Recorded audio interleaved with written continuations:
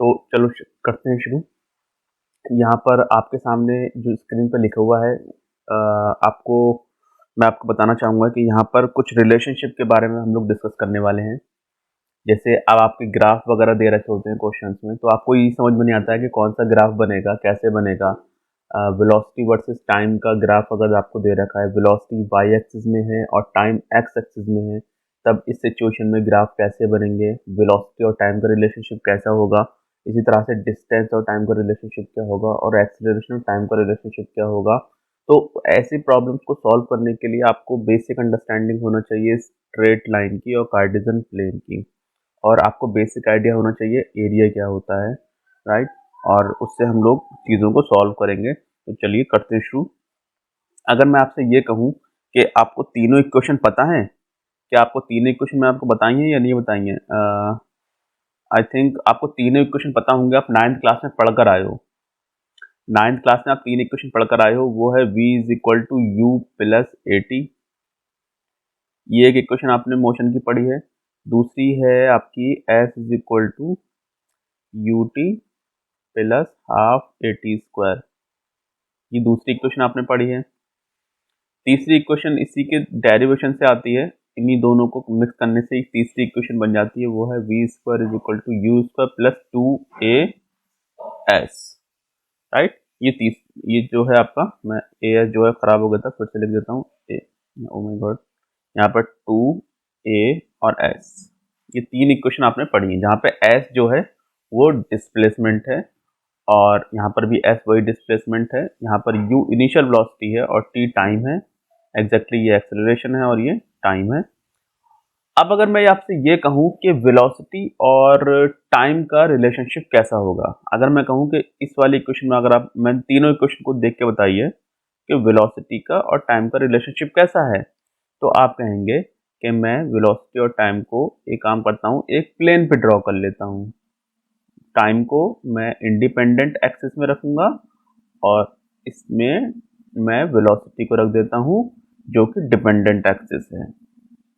तो मैंने एक ग्राफ बनाया है जो v वर्सेस टाइम का है, v वेलोसिटी वर्सेस टाइम का एक ग्राफ मैंने ड्रॉ कर लिया है, राइट।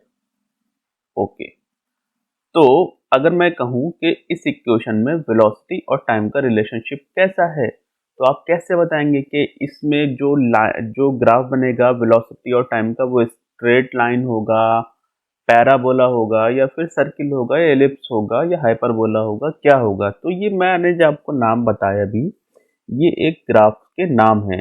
अगर मैं स्ट्रेट लाइन बोलता हूँ तो आपके पास एक पर्टिकुलर एक एक एक इक्वेशन है जिसकी हेल्प से आप समझते हैं कि कोई चीज़ स्ट्रेट लाइन है, और इसी तरीके से कुछ हिंट दे रखे होते हैं इक्वेशन में ही कि हम उनको कहते हैं कि वो स्ट्रेट लाइन है या फिर आपका पैराबोला है। तो आपको बेसिकली दो ही चीज़ों के बारे में यहाँ पे डिस्कशन होगा। आपकी जो फिजिक्स है उसमें दो ही तरीके के ग्राफ आपको मोस्टली देखने को मिलते हैं, वो होते हैं या तो स्ट्रेट लाइन या होते हैं वो पैराबोला।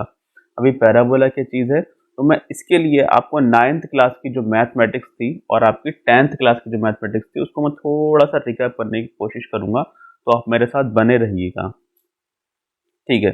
तो मैं काम करता हूँ, मैं यहाँ इसको इस बात को समझाने के लिए एक स्लाइड ले लेता हूँ, अदरवाइज वो वाली जो स्लाइड है वो खराब हो जाएगी। तो मैं एक एक्स्ट्रा स्लाइड ले लेता हूँ। अगर मैं आपसे ये कहूँ कि स्ट्रेट लाइन की इक्वेशन क्या होती है, तो आप कहेंगे स्ट्रेट लाइन की इक्वेशन होती है y is equal to m x plus c. ये स्ट्रेट लाइन की इक्वेशन होती है, ओके। अब आप कहोगे सर मैंने तो कुछ और पढ़ा था, तो हाँ हो सकता है आपने ये पढ़ा हो a x plus b y plus c is equal to zero. ये कुछ आपने पढ़ा होगा। ये भी जनरल इक्वेशन है और ये भी इसी की ही डेरिवेटिव जनरल इक्वेशन है। मतलब आप किसी भी चीज को, किसी भी जो इक्वेशन दे रखी होगी, आप उसको देख के समझ पाएंगे कि वो स्ट्रेट लाइन है या नहीं है, अगर आपने उसको इससे कंपेयर कर लिया। अगर आपने उस इक्वेशन को इस इक्वेशन से कंपेयर कर लिया, आप क्या करेंगे, कंपेयर करेंगे, कंपैरिजन करेंगे। देखिए, आप जब कंपेयर करेंगे तो मैं आपको एक कुछ हिंट दे देता हूँ। अभी यहाँ पर y जो वेरिएबल है, देखिए अगर मैं इस इक्वेशन को यहाँ ड्रॉ करना चाहूँ तो कुछ इस तरीके से होगा, y वर्सेस x। तो यहाँ पर जो कर्व होगा वो y वर्सेस x में होगा, डिपेंडेंट एक्सिस में y हो गया और इंडिपेंडेंट में x हो जाएगा। तो यहाँ पर देखिए दो वेरिएबल की मैं बात कर रहा हूँ, y और x की। बाकी जितनी भी चीज़ें होती हैं, जो लेट्स से जो x से y है, y के पास जो अगर कोई मल्टीप्लाइड होगा तो वो इसका कोएफिशिएंट कहलाएगा। इसी तरीके से यहाँ पर x भी वेरिएबल है, तो x के साथ में जो चीज़ मल्टीप्लाइड होती है उसे हम लोग कोएफिशिएंट बोलते हैं। उसके अलावा जितनी भी चीज़ें होती हैं उन्हें हम कांस्टेंट बोलते हैं। कांस्टेंट का मतलब होता है एक ऐसी चीज़ जो चेंज नहीं हो रही है, उसे हम लोग कांस्टेंट बोलते हैं, राइट। तो अगर मैं आपसे ये कहूँ कि ये जो रिलेशनशिप है, आपने इसको स्ट्रेट लाइन क्यों कहा, तो आप अभी के लिए आप याद रख लीजिए, आपको रिमेंबर करना है एक बात, वो ये कि किसी भी इक्वेशन को हम लोग स्ट्रेट लाइन बोलेंगे अगर वो दो वेरिएबल की अगर आप बात करें, दोनों वेरिएबल की पावर 1 होना चाहिए। बोथ वेरिएबल should have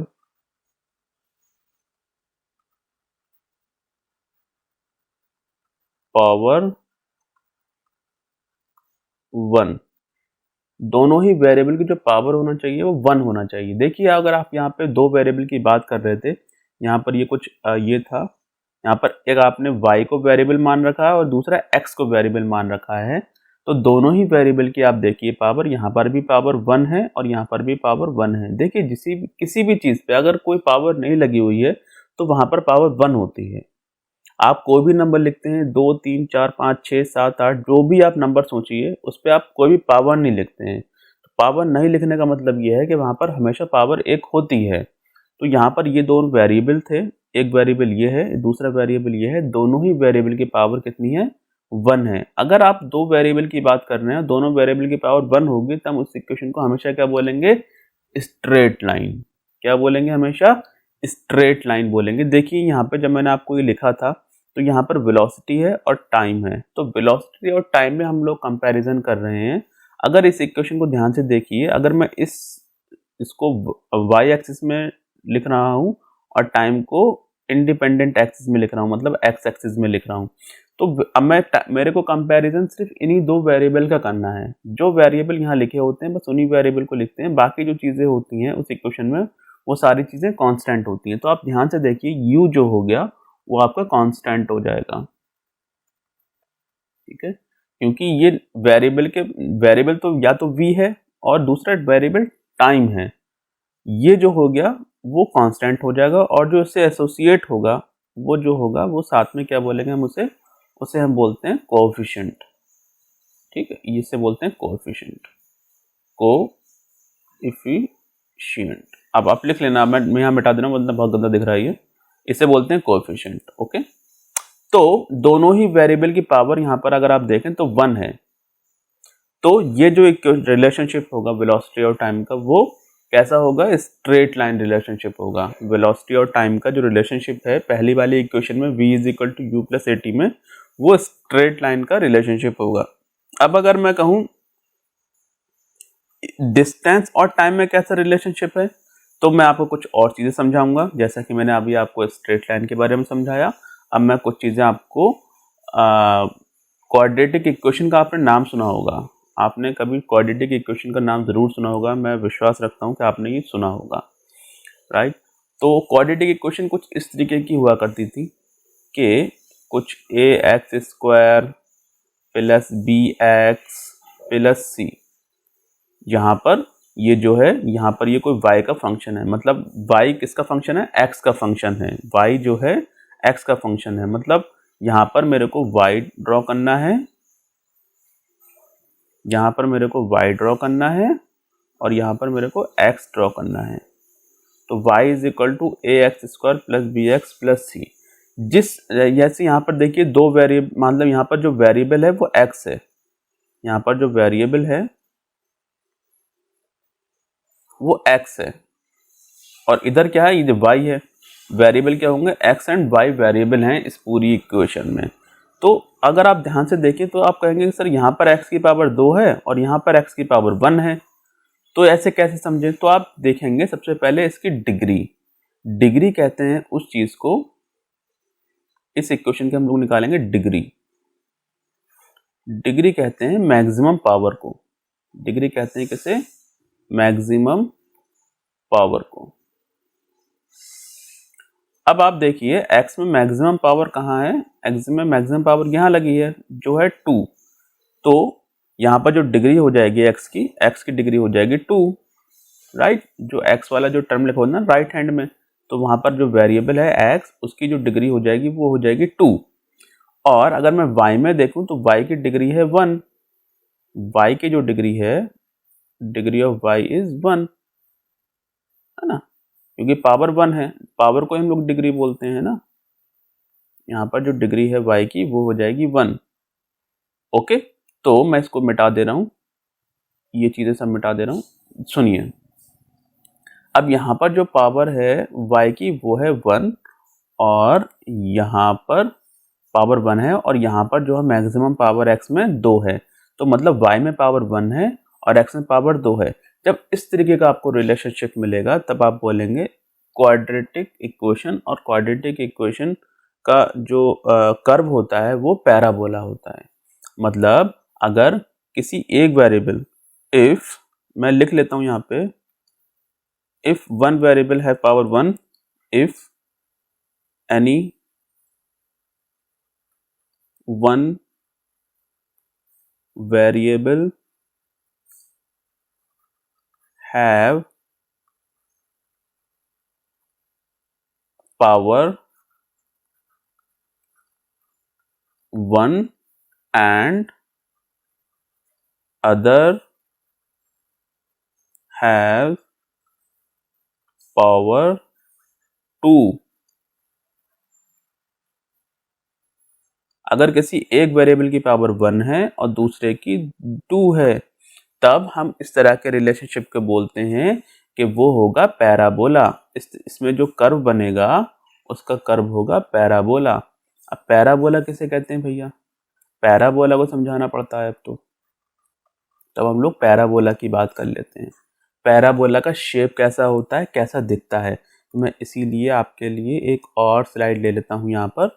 तो बात आई पैराबोला की, तो पैराबोला की जो जनरल इक्वेशन होती है, मतलब हमने ये समझा कि क्वाड्रेटिक इक्वेशन के लिए, मतलब क्वाड्रेटिक इक्वेशन मतलब पैराबोला के लिए हमें किसी एक वेरिएबल की पावर 1 होना चाहिए और दूसरे वेरिएबल की पावर क्या होना चाहिए, एक्स स्क्वायर होने, मतलब पावर 2 होना चाहिए। तो इस तरीके के जो रिलेशनशिप होगा ना उसको हम लोग बोलेंगे पैराबोला। मतलब किसी एक वेरिएबल की पावर 1 और दूसरे वेरिएबल की पावर 2 होना चाहिए। तो ये सिचुएशन कैसी होगी, पैराबोला।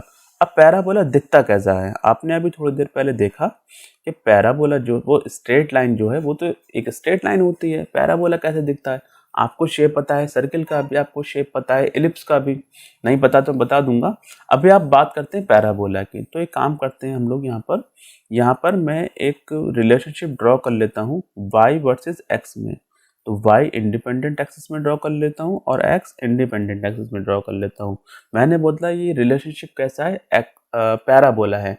तो पैराबोला देखिए यहाँ पर पावर 1 है और यहाँ पर पावर 2 है, मतलब ये पैराबोला है। तो ये पैराबोला ड्रॉ कैसे होगा यहाँ पर, बहुत ही इंपॉर्टेंट है और बहुत ही इंटरेस्टिंग भी है। देखिए जिस वेरिएबल की पावर 1 होगी, जिस वेरिएबल की पावर 1 होगी, जो पैराबोला होगा वो उसके सिमेट्रिक बनेगा। तो यहाँ पर y की पावर 1 है तो पैराबोला y के सिमेट्रिक बनेगा। पैराबोला कुछ इस तरीके का दिखता है, कुछ इस तरीके का दिखता है। यहाँ पे मैं कोशिश कर रहा हूँ क्योंकि यहाँ पर इसको बोर्ड पे चलाने की मेरी आदत नहीं है पेन को। यहाँ पर ये कुछ पैराबोला कुछ इस तरीके का दिखता है, कुछ इस तरीके का, ठीक है। ये थोड़ा गंदा दिख गया है, पूरा फिर से ड्रॉ कर लेता हूँ। बहुत मुश्किल होता है ये बनाना, मुश्किल नहीं होता है, मतलब अगर पेन से बनाता हूँ तो एक बार में बना देता हूँ। हाँ, ये कुछ पैराबोला इस तरीके का दिखता है, मतलब कुछ ऐसा शेप होता है जैसे आप पानी फेंकते हैं ना, तो पानी का जो शेप दिखता है ना आगे से जिस तरह वो चल रहा होता है, तो पानी का कुछ शेप कुछ इस तरीके का होता है ना, कुछ इस तरीके का शेप होता है। तो ये कुछ शेप उसी तरीके का होता है। आपको समझने की ज़रूरत ये थी, जिसमें पावर 1 होगी, जिस वेरिएबल की पावर 1 होगी, पैराबोला उस एक्सिस के सिमेट्रिक बनेगा। तो यहाँ पर जो वेरिएबल था y के हमने सिमेट्रिक बना दिया, जितना हिस्सा इधर है उतना ही हिस्सा इधर है, ठीक है। तो y के सिमेट्रिक कर्व है, इसको बोलते हैं y के सिमेट्रिक। सिमेट्रिक किसके बनेगा, सिमेट्री बनेगा किसके, मैं यहाँ लिख लेता हूँ। अदरवाइज क्या होता है ना, जब हम लोग अगर लिखते नहीं हैं तो हम लोगों को बहुत मुश्किल होती है बाद में रिकॉल करने में। सिमेट्री बनेगा विच हैव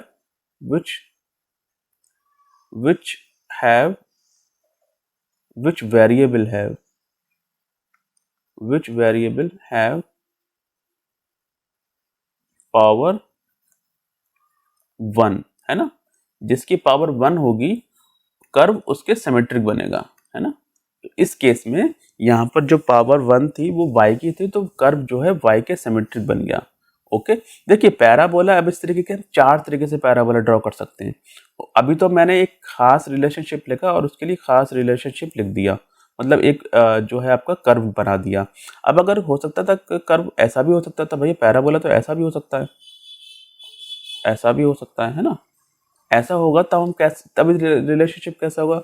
अब आप देख सकते हैं ये जो पैराबोला है ये एक्स के सिमेट्री है, एक्स के सिमेट्रिक कर्व बना हुआ है ना। तो अब सिंपल सी बात है कि यहाँ पर जो होगा एक्स में पावर 1 होगी और वाई में पावर जो होगी वाई की पावर 2 होगी। तो उसकी रिलेशनशिप, उसकी जो इक्वेशन होगी वो कुछ इस तरीके की दिखेगी। आपको मैं समझाना ये चाहता हूँ, जब भी कभी आप पैराबोला की बात करेंगे आप दो वेरिएबल को देखेंगे। अगर दो वेरिएबल को देख रहे हैं आप और दोनों वेरिएबल में से किसी एक वेरिएबल की पावर 1 है और किसी दूसरे वेरिएबल की पावर 2 है, तो वो जो कर्व होगा वो तो पैराबोला होगा, ये क्लियर कट बात है। अब पैराबोला बनेगा कैसे? पैराबोला उसके सिमेट्रिक बनेगा जिस वेरिएबल की पावर 1 होगी, ठीक है। तो यहाँ पर सिचुएशन कुछ इस तरीके की हो जाएगी, क्योंकि यहाँ पर x की पावर 1 है, देखिए यहाँ पे पावर जो है x की 1 है, तो ये x का सिमेट्री हो गया। इसी तरीके से यहाँ पर जो था, मैं ये वाला जो रिलेशनशिप था ना, ये मैं चलो लिख देता हूँ फिर से। ये जो व्हाइट वाला है ना, व्हाइट वाला कैसा है? व्हाइट वाला है y is equal to x square, ठीक है। मतलब y की पावर 1 है तो y के कर्व सिमेट्रिक बन गया। आपको बस इतना ही सीखना था बस। अब आप पहली वाली जो इक्वेशन थी आपकी तीनों, उन तीनों इक्वेशन को फिर से देखिए। पहली वाले का तो हमने रिलेशनशिप समझ लिया, दोनों ही वेरिएबल की पावर 1 है, तो जो कर्व बनेगा वो स्ट्रेट लाइन होगा। अब यहाँ पर देखिए, यहाँ पर जो रिलेशनशिप है डिस्टेंस और टाइम का, डिस्टेंस और जब टाइम की बात कर रहे हैं तो टाइम में देखिए टाइम की डिग्री कितनी है? 2 है। देखिए यहाँ पर टाइम की पावर 1 है और यहाँ पर टाइम की पावर 2 है, तो यहाँ पर जो t है, t की डिग्री जो है वो 2 हो जाएगी। डिग्री का मतलब होता है मैक्सिमम पावर। तो यहाँ पर जो राइट हैंड में जो रिलेशनशिप लिखा है उसमें जो t की वैल्यू है वो मैक्सिमम 2 है, और जो s है, s मतलब डिस्प्लेसमेंट है, उसकी पावर 1 है। तो देखिए एक वेरिएबल की पावर आपकी 1 हो गई और दूसरे वेरिएबल की पावर मैक्सिमम 2 हो गई। तो ये रिलेशनशिप कैसा होगा? ये रिलेशनशिप हो जाएगा आपका, मैं एक स्लाइड ले लेता हूँ, ये रिलेशनशिप आपका फिर से कैसा हो जाएगा? पैराबोला। देखिए मैं यहाँ पे फिर से लिख लेता हूँ, s is equal to u t plus half a t square, है ना। तो यहाँ पर जो t की डिग्री है, t की मैक्सिमम पावर कितनी है? 2 है, राइट। और s की मैक्सिमम पावर कितनी है? वो है 1। ये हम लोग किसकी बात कर रहे हैं? ये हम लोग पावर्स की बात कर रहे हैं, है ना। ये पावर की बात कर रहे हैं। पावर, अगर रिलेशनशिप दो पावर, किसी एक वेरिएबल की पावर 1 और दूसरे वेरिएबल की पावर 2 है, तब वो जो कर्व बनता है, वो कर्व जो बनेगा वो बनेगा पैराबोला, है ना भाई। अभी थोड़ी देर पहले आपको बताया। अब पैराबोला कैसा बनेगा ये अभी हम लोग डिस्कस कर लेते हैं। तो देखिए पैराबोला बनेगा, लेकिन किसके सिमेट्रिक बनेगा? देखिए s की पावर 1 है और t की मैक्सिमम पावर 2 है, तो जिस वेरिएबल की पावर 1 होगी कर्व उसके सिमेट्रिक बनेगा। तो मैं एक काम करता हूं, मैं टाइम को यहाँ पे लिख लेता हूं और डिस्टेंस को या डिस्प्लेसमेंट को मैं यहाँ लिख लेता हूँ, राइट। तो अब आपको कॉमन सेंस से बता सकते हैं, जैसा कि मैंने आपको बताया, कर्व किसके सिमेट्रिक बनेगा? कर्व बनेगा यहाँ पे डिस्टेंस की, डिस्प्लेसमेंट का सिमेट्रिक। तो जो रिलेशनशिप होगा कुछ इस तरीके का होगा, कुछ इस तरीके का कर्व बनेगा, ये है ना। ये y के इस एक्सिस के सिमेट्रिक हो गया। मतलब मैंने डिस्टेंस को y एक्सिस में लिखा था और टाइम को x एक्सिस में लिखा था। इसे इंडिपेंडेंट एक्सिस बोलते हैं और इसे डिपेंडेंट एक्सिस बोलते हैं। दो ही एक्सिस में हम लोग काम कर रहे होते हैं, बाकी चीज़ें हमें नहीं देखनी होती हैं, ठीक है। तो जो s is equal to u t plus half a t square जो आपके पास फॉर्मूला है, उस फॉर्मूले का जो रिलेशनशिप होगा, डिस्टेंस और टाइम का जो रिलेशनशिप होगा, वो एक पैराबोलिक इन नेचर होगा, क्योंकि s की पावर 1 है और टाइम की मैक्सिमम पावर 2 है। टाइम की डिग्री देखेंगे, डिग्री का मतलब होता है मैक्सिमम पावर। तो ये कर्व जो होगा पैराबोला होगा, s के सिमेट्री होगा क्योंकि s की पावर 1 है। That's it.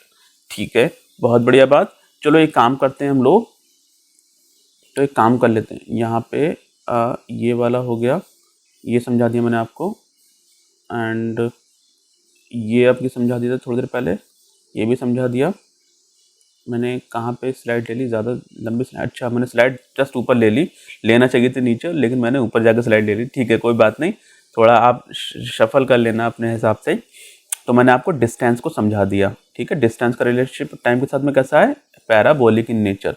चलिए फिर से पहले वाले स्लाइड पे चलते हैं। वहाँ पे जो तीसरी इक्वेशन थी वो थी u square plus 2as, v square is equal to u square plus 2as।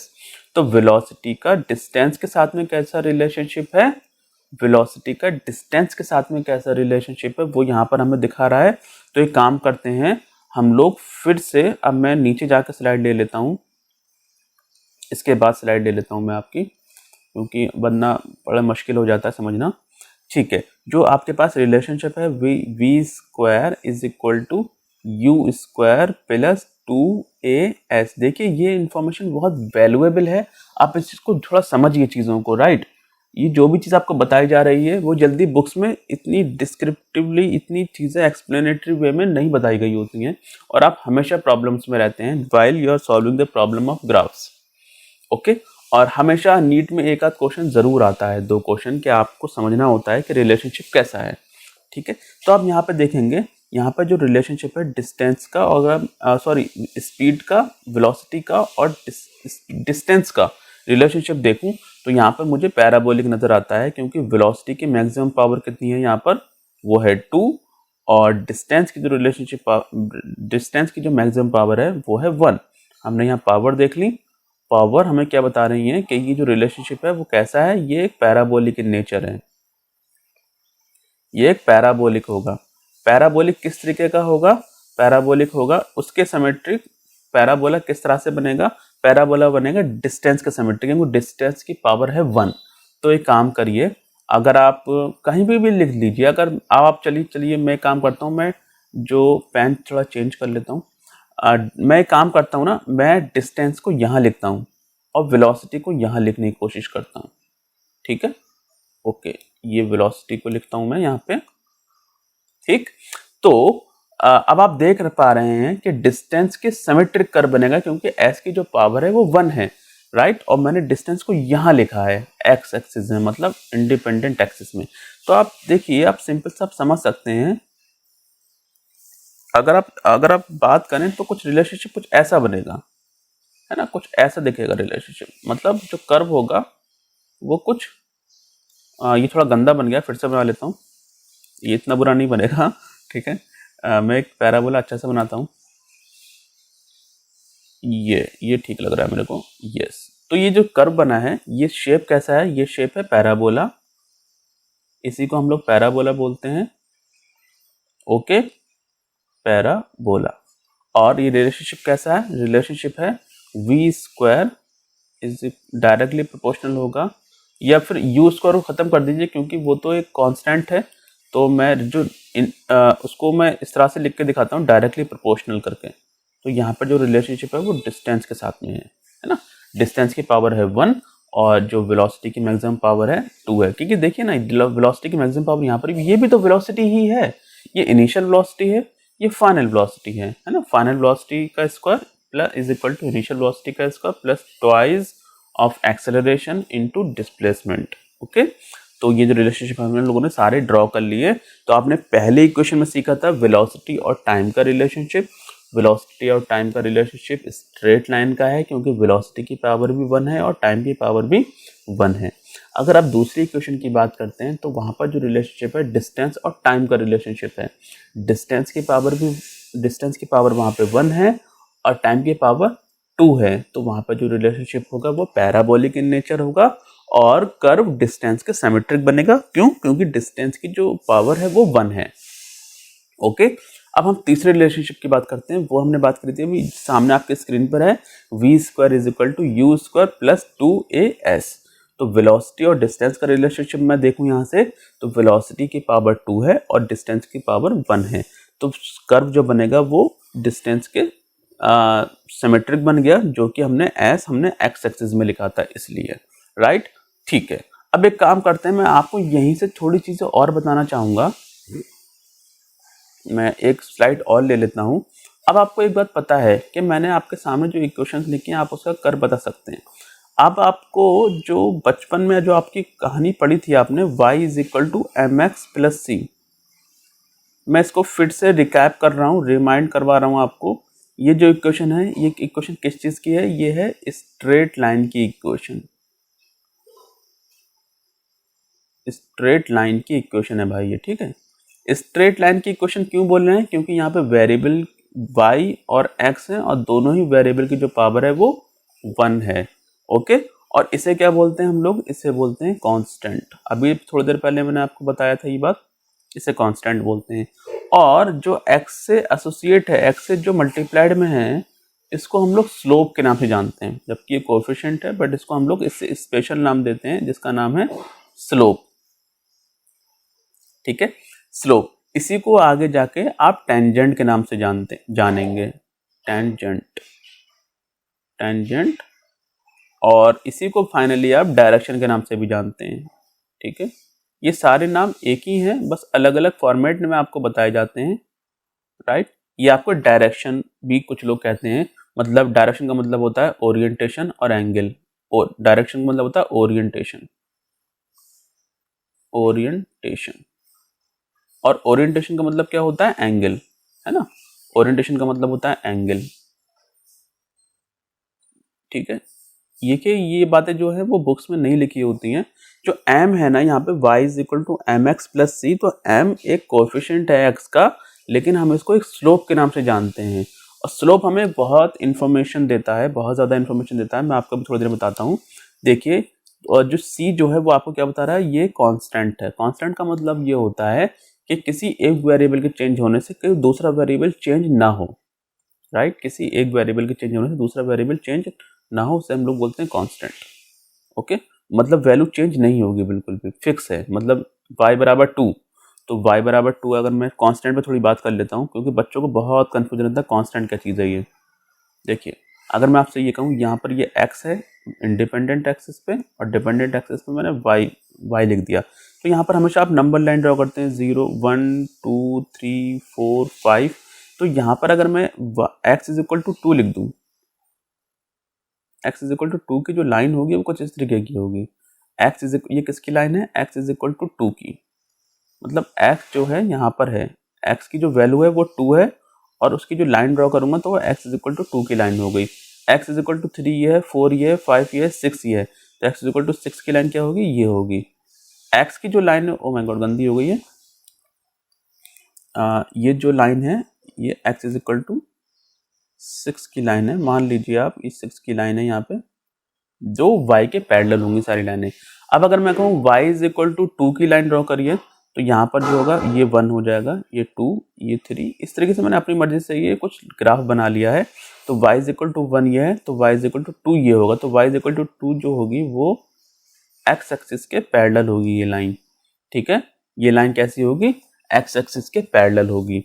तो ये जो वैल्यू है ना y इज इक्वल टू 2, अब ये चेंज नहीं होगी। देखिए, ये x आप बढ़ाते जाइए, लेकिन y की जो वैल्यू आएगी वो 2 ही रहेगी। देखिए, x की वैल्यू चाहे 1 रखिए तब भी y की वैल्यू 2 है, x की वैल्यू आप 3 रखिए वह भी y की वैल्यू 2 है, x की वैल्यू 4 रखिए, 5 रखिए या 6 रखिए, y की वैल्यू जो है वो चेंज नहीं हो रही है। मतलब वैल्यू हम उस चीज़ को कहते हैं जब दो लाइनें एक दूसरे को कट करती हैं। यहाँ पर देखिए, x इज इक्वल टू 1 है, ये x इज इक्वल टू 2 है। x इज इक्वल टू 1 पे देखा तब भी y की वैल्यू 2 आ रही है, क्योंकि हम y में देखेंगे x इज इक्वल टू 2 जब रखेंगे तब y की वैल्यू तब भी 2 आ रही है। मतलब एक वेरिएबल के चेंज होने से किसी दूसरे वेरिएबल को कोई फर्क नहीं पड़ रहा है, तब उस चीज़ को बोलते हैं कांस्टेंट, राइट। तो मैं काम करता हूँ, इसको यहाँ से मिटा देता हूँ। चलो नहीं मिटाता हूँ, तो मैं एक काम करता हूँ, यहाँ पर जो मैंने इसको इतना बताया ना, slope, tangent, direction, orientation, angle, इन सब चीज़ों को बताया। अब देखिए, मैं इस चीज़ को कंपेयर करता हूँ। कंपेयर किससे करता हूँ, ये मैं कंपेयर करूँगा v is equal to u plus a t से, u plus a t, right. एक काम करता हूँ, ये आपको हो सकता है जल्दी समझ में दिखती ना हो, एक काम करता हूँ, अब आपको साफ साफ इससे कंपेयर कर पाएंगे। मैं इसको थोड़ा रीशफल कर देता हूँ, ए टी इधर लिख देता हूँ और u इधर लिख देता हूँ। मैं लिख सकता हूँ क्योंकि मेरे पास प्लस में है वो चीज़, मैं आगे पीछे कर सकता हूँ, it is my choice, right. अब आप एक काम करिए, इसको उसी वाली इक्वेशन से कंपेयर कीजिए जो y is equal to m x plus c है, y is equal to m x plus c है। तो आप पाएंगे कि अगर आपने कर्व बनाया है, कुछ ग्राफ कुछ आपने इस तरह से ड्रॉ करा है जहां पर ये जो है आपका y एक्सिस है और यहाँ पर जो है आपका x एक्सिस है, तो यहाँ पर ये जो y है तो मैंने यहाँ v लिख लेता हूँ और यहाँ पे t की जगह पे x लिख लेता हूँ, यहाँ पे मैं t लिख लेता हूँ, x की जगह पे t लिख लेता हूँ। ओके, तो ये रिलेशनशिप तो आपको समझ में आ गया कि ये एक स्ट्रेट लाइन का रिलेशनशिप है। ओके, अब मैं आपसे ये कहना चाहता हूँ कि मैंने आपको क्या बताया, इसका नाम m का नाम क्या बताया, मैंने स्लोप बताया। तो y is equal to m x plus c, c constant है, m स्लोप है। मतलब स्लोप का क्या मतलब होता है बताता हूँ थोड़ी देर में डिटेल में। तो यहाँ पर देखिए वेलोसिटी और टाइम का रिलेशनशिप में देखूँ तो यहाँ पर a जो होगा वो क्या होगा, वो स्लोप होगा, a क्या होगा, स्लोप होगा, राइट। अगर मैं इस स्ट्रेट लाइन को ड्रॉ करूँ, ओके, मैं काम करता हूँ, एक फिर से एक स्लाइड ले लेता हूँ यहाँ से, मैं काम करता हूँ y is equal to m x plus c, फिर से लिख लेता हूँ और यहाँ पर आपका दूसरे पेन से जो आपका रिलेशनशिप है v is equal to a t plus u है ना, u प्लस ए टी होता है, मैंने इसको आगे पीछे करके लिख लिया है। तो आप देख पा रहे हैं कि u जो वैल्यू है इससे अगर मैं कंपेयर करूं तो v एक वेरिएबल है, t भी एक वेरिएबल है, लेकिन a जो है वो यहाँ पर क्या है, एक स्लोप है। मतलब स्लोप कहेंगे हम इसको, मतलब अगर हमने वेलोसिटी टाइम पे ग्राफ ड्रॉ करा तो स्लोप हमें एक्सेलरेशन बताएगा और u हमें बता रहा है कि वैल्यू कांस्टेंट कितनी कांस्टेंट वैल्यू है। ठीक है, मैं काम करता हूँ y is equal to m x plus c को आपको एक बार ड्रॉ करके दिखाता हूँ कि इसको कैसे ड्रॉ किया जाता है। ये मैं सारी इन्फॉर्मेशन आपको 9-10 की दे रहा हूँ, तो कुछ जो बच्चे इसको अच्छे तरीके से समझते हैं वो स्किप कर सकते हैं, आगे वाला वीडियो देखें। तो एक काम करता हूँ, मैं यहाँ पे x ड्रॉ कर लेता हूँ और यहाँ पर y। ठीक है भाई, अब मुझे इस इक्वेशन को ड्रॉ करना है, y is equal to m x plus c इस प्लेन पर। तो मैं काम करता हूँ y, इस इक्वेशन को यहाँ पे लिख लेता हूँ फिर से, मैं एक काम करता हूँ y is equal to m x plus c. अगर मेरे को ड्रॉ करना है, अगर मेरे को एक स्ट्रेट लाइन को ड्रॉ करना है तो हमेशा मुझे 2 पॉइंट्स की रिक्वायरमेंट होती है। 2 पॉइंट अगर मुझे मिल जाते हैं तो मैं क्या करता हूँ, एक स्ट्रेट लाइन को इजीली ड्रॉ कर सकता हूँ। तो मैं एक काम करता हूँ, मैं 2 पॉइंट निकालने की कोशिश करता हूँ। तो मैं काम करता हूँ x इज इक्वल टू 0 रखूंगा। अगर मैं इस इक्वेशन में x बराबर 0 रखूँ तो यहाँ पे y की वैल्यू मुझे मिल जाएगी, वो कितनी मिलेगी, देखिए अगर मैं इस इक्वेशन में x को 0 रख दूँ तो y बराबर दिखेगा आपको, y बराबर m इंटू 0, क्योंकि आपने x की जगह पे 0 रख लिया है और आपको c मिल जाएगा। तो y बराबर कितना मिल गया आपको, c मिल गया। तो मतलब एक आपको पॉइंट मिल गया। पॉइंट क्या मिला आपको, x 0 है तो y कितना है आपका, c है। इसी तरह से आप y 0 रख लीजिए। अब जब y 0 रखेंगे तो यहाँ पर y की जगह पे 0 रख लीजिए, तो 0 बराबर कितना आ जाएगा, m into x plus c. तो यहाँ से अगर आप निकालना चाहें x निकालेंगे तो एम एक्स को वहीं छोड़ेंगे, c उधर ले जाएंगे, c उधर ले जाएंगे तो x बराबर कितना आ जाएगा, माइनस का c बाई एम आ जाएगा, है ना। तो जो आपको कोऑर्डिनेट मिला वो मिला माइनस का c बाई एम कॉमा 0। ठीक है, x में ये वैल्यू है और y में ये वैल्यू है, राइट। तो मेरे को 2 पॉइंट मिल गए, एक पॉइंट मिला है 0 कॉमा c, मतलब ये x होता है और ये y होता है हमेशा, जैसे मैंने बताया अभी यहाँ पर। तो x 0 है, x तो 0 कहाँ पर होगा, यहाँ पर होगा, यहाँ पे सब जगह, यहाँ पर क्या है, x 0 है और y c है, तो c की कोई वैल्यू होगी, मैं हो सकता है c क्या है, कांस्टेंट नंबर है, 2 हो सकता है, 3 हो सकता है, 4 हो सकता है, 5 हो सकता है, जो भी हो सकता है, राइट। तो लेट्स से मैंने कह दिया ये जो वैल्यू है y की वो यहाँ पर है, तो ये जो हाइट है यहाँ से यहाँ तक की, मतलब इस ओरिजिन से इस हाइट तक की जो दूरी है वो कितनी है, c है, राइट। ओके, y की जो वैल्यू है वो c है यहाँ पे। तो मुझे एक पॉइंट मिल गया ये, दूसरा पॉइंट कहाँ से मिलेगा, माइनस का CYM। तो माइनस का CYM का मतलब क्या है, जो भी वैल्यू है ये जो भी निकल कर आएगा वो माइनस में निकल कर आएगा। x की वैल्यू कैसी आ रही है, माइनस की, तो x की माइनस की वैल्यू कहाँ होती है, इधर होती है। x की प्लस की वैल्यू 0 से राइट में जाएंगे तब होती है, लेफ्ट में जाने पर x की माइनस की वैल्यू आती है। तो कोई भी वैल्यू आएगी, मुझे नहीं पता वो वैल्यू कैसी आ रही, मैंने बोला वो लगभग लगभग कुछ यहाँ पर आएगी, राइट। और 0 तो होगा ही होगा क्योंकि यहाँ पर y 0 होगा। इस एक्सिस पे हमेशा y 0 होता है और इस वाली एक्सिस पे हमेशा x 0 होता है, राइट। x कोऑर्डिनेट यहाँ पे 0 होता है, राइट। इस लाइन पे चलेंगे तो आप हॉरिजॉन्टली चल रहे हैं तो यहाँ पे वर्टिकल चले नहीं, तो यहाँ पे वर्टिकल कंपोनेंट क्या हो जाएगा, 0 हो जाएगा। अगर आप यहाँ चल रहे हैं तो आप वर्टिकली चल रहे हैं और हॉरिजॉन्टल कंपोनेंट क्या हो जाएगा, 0 हो जाएगा। अगर आप ना ही यहाँ हैं और ना ही यहाँ हैं, यहाँ कहीं बीच में है, तो यहाँ पे दोनों ही कोऑर्डिनेट होंगे, x का भी कोऑर्डिनेट होगा और y का भी कोऑर्डिनेट होगा, राइट। तो इसी तरह से यहाँ पे मुझे 2 पॉइंट मिल गए हैं और 2 पॉइंट को मिला के मैं एक स्ट्रेट लाइन को ड्रॉ कर सकता हूँ। यहाँ पे मैंने दोनों पॉइंट्स को मिला के एक स्ट्रेट लाइन को ड्रॉ कर दिया, ओके। तो अब जो आपको जो m बता रहा है ना, m का क्या मतलब है, मैंने आपको बताया m का मतलब स्लोप होता है। तो अब आप स्लोप यहाँ से निकाल सकते हैं। ये जो हाइट आई है आपकी वो कितनी आई है, वो आई है c, और ये जो वैल्यू आई है वो कितनी आई है आपकी, CYM, है ना, CYM निकल कर आया है आपका, राइट। अब जब आप इसको, जब मैंने बोला ये एक एंगल होता है, ये क्या होता है, एक एंगल होता है। और जब स्लोप आप निकालते हैं ना तो वर्टिकल मतलब y में कितना चेंज हुआ है और x में कितना चेंज हुआ है, उसके रेशो को हम लोग क्या बोलते हैं, स्लोप बोलते हैं, राइट। हम उसके रेशो क्या बोलते हैं, स्लोप बोलते हैं। तो यहाँ पे y में जो चेंज हुआ है वो हुआ है c, और यहाँ पे जो x में चेंज हुआ है वो हुआ है CYM, है ना। अब c से c कैंसिल हो जाएगा और m इसके पास चला जाएगा। फाइनली क्या हो गया, आपके पास m निकल कर आ गया। m का मतलब क्या हुआ कि जब भी हम कभी भी स्लोप निकालेंगे स्ट्रेट लाइन का, वो हमें इंफॉर्मेशन स्लोप की देगा, राइट। हमें एक एंगल की इंफॉर्मेशन देगा जो हमें tan थीटा के थ्रू हम लोग निकालते हैं। तो अब मतलब ये हम ये समझे कि वेलोसिटी और टाइम के बीच में अगर हम लोग इंफॉर्मेशन ड्रॉ करें, यहाँ पर अगर यहाँ पर v होता और यहाँ पर टाइम होता, तो यहाँ पर अगर मेरे को स्ट्रेट लाइन दे रखी होती तो मैं उसका स्लोप निकाल लूँगा।